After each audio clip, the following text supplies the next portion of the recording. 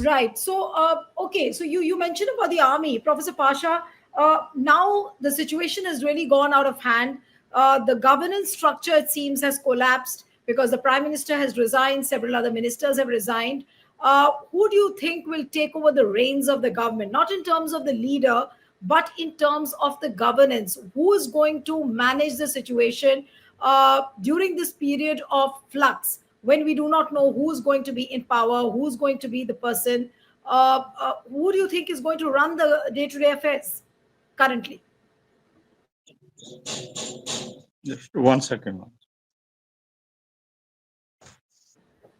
All right. Okay. So, Mohsin, Yeah, if I'm you back. can answer in the meanwhile. Okay. Professor Yeah, Pasha is back. it's a Yes. very disturbing. It's a very disturbing trend. That the military seems to be virtually dictating terms now. It was unheard of. Bangladesh, we knew it has intervened since 75, repeatedly in politics. But in Nepal, the army chief to take such a strident tone, I think this is unprecedented.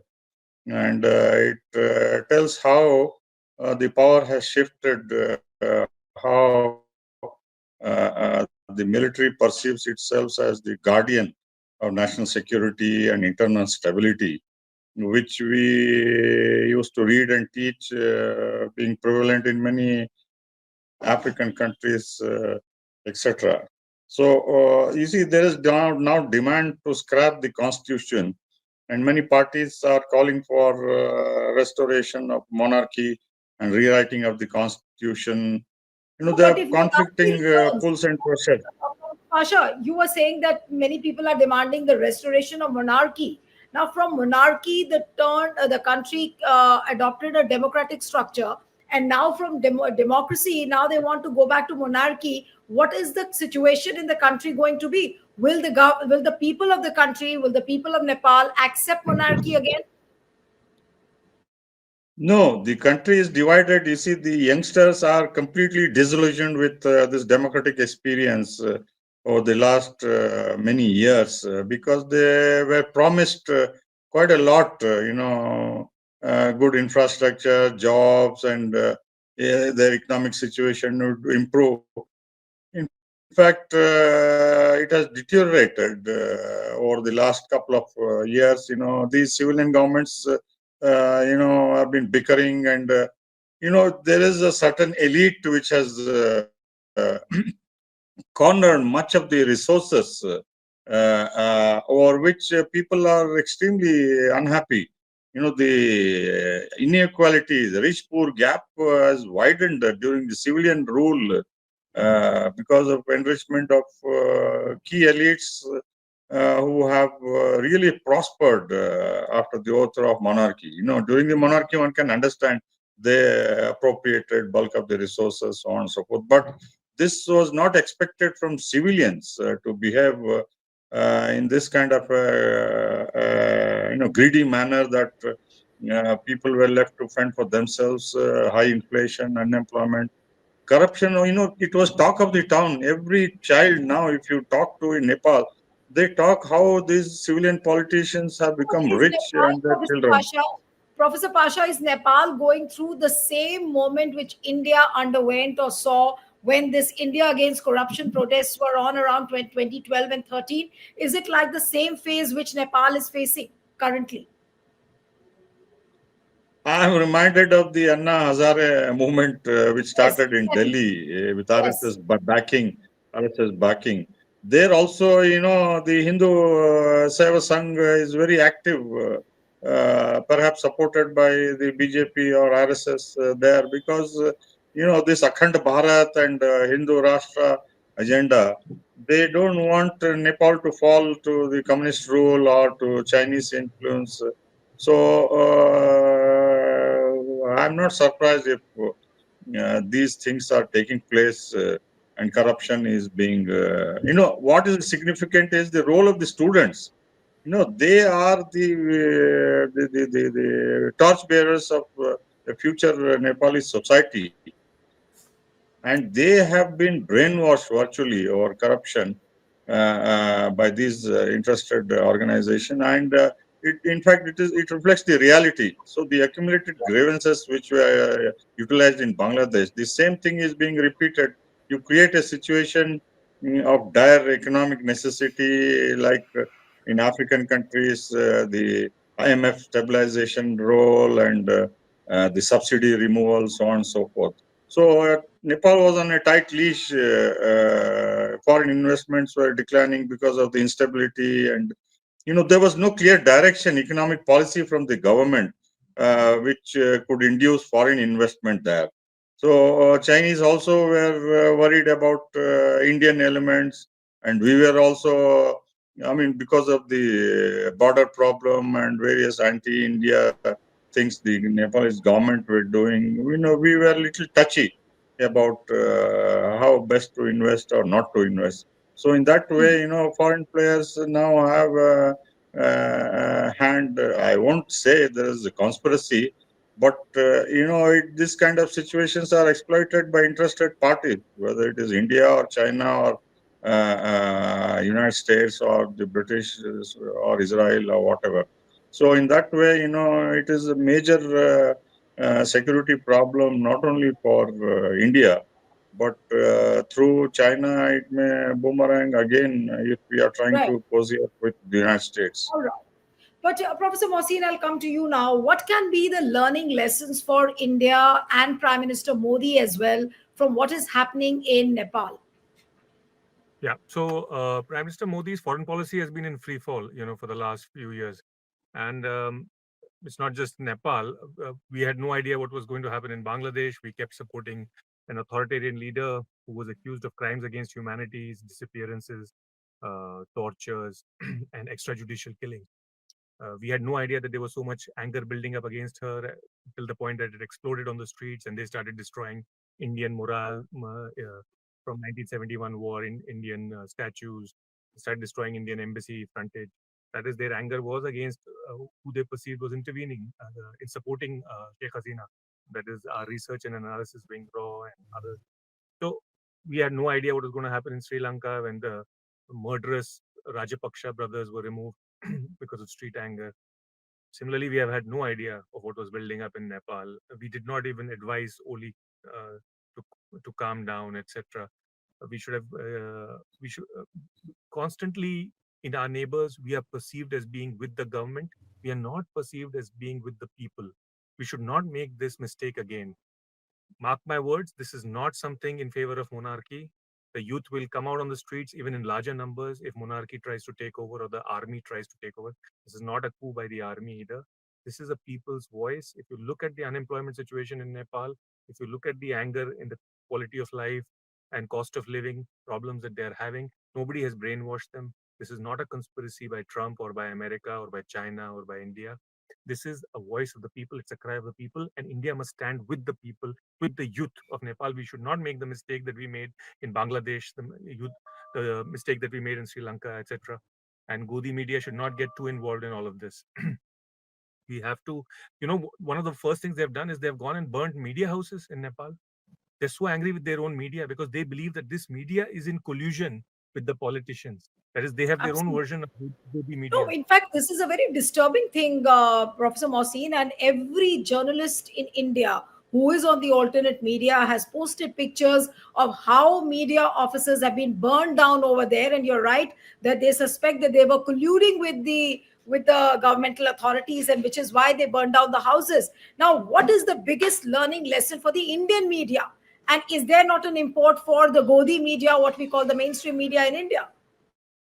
Absolutely right. In fact, I foresee a day that should India fall into some kind of economic crisis or unemployment crisis, which is quite possible because we have a demographic youth bulge, what is called the demographic dividend, where the number of people who are of working age between the ages of 15 and 60 are more than the number of dependents, that is children. And the day that we are not able to provide these people jobs, which we have already been in a position, because the demographic dividend started in 2005 and it will end in 2050. We are already in the middle of it, and we haven't, as you know, India is facing the reverse situation of a country that is developing. That is, the number of people in agriculture employment are increasing in India, as compared to services and manufacturing, which is the reverse of a developing country or developed country. That is, we have 8 crore more people today in agriculture than we had in 2020. And we might face a situation like this in India. We have faced it in 1975 before the emergency was imposed. And these media houses will then have to pay. Therefore, there's still time. This Godi media must listen and must try to be more objective. They should not at least appear outwardly as if they're sold out to the government. In fact, I would Right. say that for even some of the YouTube channels which are favoring the government, that please learn now, learn from Nepal, learn from Bangladesh, learn from Sri Lanka. Right. So there are great learning lessons. Professor Pasha, I'll come to you now. That the kind of crisis which is unfolding in Nepal, and of course, we've been discussing that what are the learning lessons for India.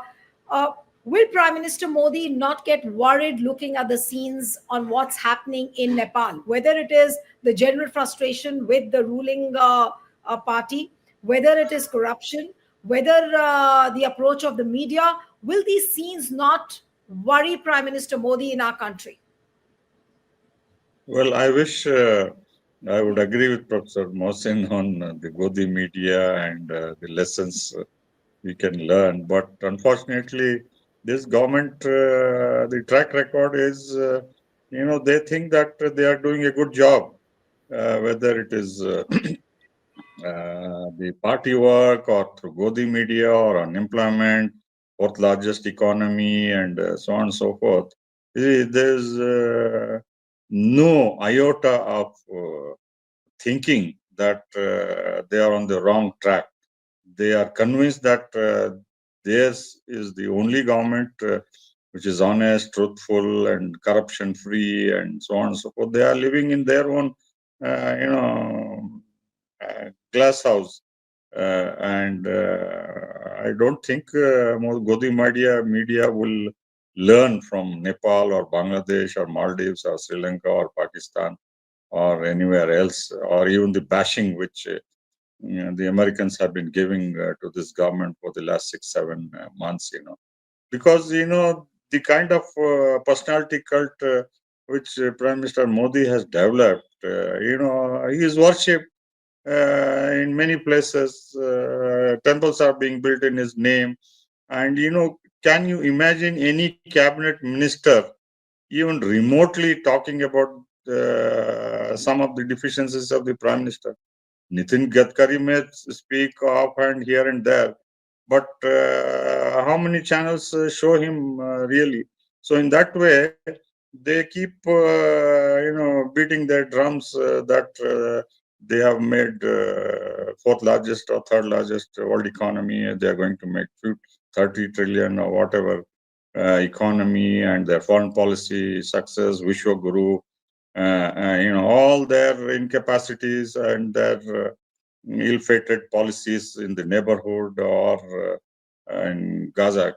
Just yesterday, the Prime Minister has sympathized with Prime Minister Netanyahu about the 3, 4 people who were killed in Jerusalem. But he has not expressed even a single sentence over the genocide which is being carried out in Gaza for the last nearly 2 years. I mean, this is kind of a double policy. He thinks this government is doing great work, and he has the support of the people, and they show it as evidence that they are winning elections and they are forming government even where they don't win. So in that way, this winning spree, they take it as a barometer that they are on the right track, and the detractors or enemies are just blaming them and misleading people, so on and so forth. But they are digging their own grave. There is no doubt about it. Entirely agree with Professor Mohsin. The economic All right. situation, is not percolating to the common people. There is unemployment here. If you advertise just for a driver's post or a peon's post, even PhD holders apply for that. And lakhs of people in UP, Bihar, Rajasthan, all of these places. In the south, where I'm speaking from, the situation is slightly better because they follow better socio-economic policies, justice, social justice, and all. But in the north, in the heartland, the situation is becoming explosive, very similar to what Bangladesh and Nepal witnessed and Right. All right. these elites are living in a fool's paradise. Right. So on the Nepal crisis, I'll take the concluding comments from Professor Mohsin. So how would you really summarize the situation which is unfolding in Nepal, and what could be its far-reaching consequences? How further will the situation deteriorate, or you think that they'll be able to control the situation very soon? Uh, it's anybody's guess, but I think it'll be difficult to control the situation because once youth gets mobilized, we have seen this repeatedly. They don't stop unless you use very heavy force, like was used in Syria or Egypt, and you kill thousands and millions of people. I don't think this is going to stop until um, there are a lot of resignations, possibly a new set of elections and a new set Right. of leaders. So that seems to be the demand on the ground. Right. What I'm reading just currently, and the news just coming in, is that the Nepali army and chiefs of other security agencies, they've issued a joint appeal on Tuesday, urging the protesters to restrain and resolve the crisis through dialogue. And I'm just quoting exactly what they've said, that as the Prime Minister's resignation has already been accepted by the President, we call upon all to restrain and not to allow more loss to life and property in this difficult situation. They have also called upon all the concerned parties to find a peaceful solution to the problem through political dialogue. One last word from Professor Pasha. Political dialogue in such a volatile situation. Do you think the political dialogue would be possible? Very briefly, sir. Yes. I don't think so, because the atmosphere is so vitiated, and you see, people have lost faith both in the monarchy and in the civilian governments. In fact, I will not be surprised if the military, although in the initial phase they may not directly take over the schemes of government, but I have a fair feeling that the military would slowly consolidate its position and feel that Right. the civilians are distrusted and they must run with the promise of elections and constitution and so on and so forth, like what happens. So the military, I think, is looking forward to a robust role in future. So the situation in Nepal continues to remain in a flux. It's quite sensitive at the moment, and I'm sure there'll be a lot of developments to keep a close eye on what's happening there. I'll have to end it here. Thank you so much, Professor Pasha and Mohsin. Thank you very much for joining on HW. Thank you. Thank you.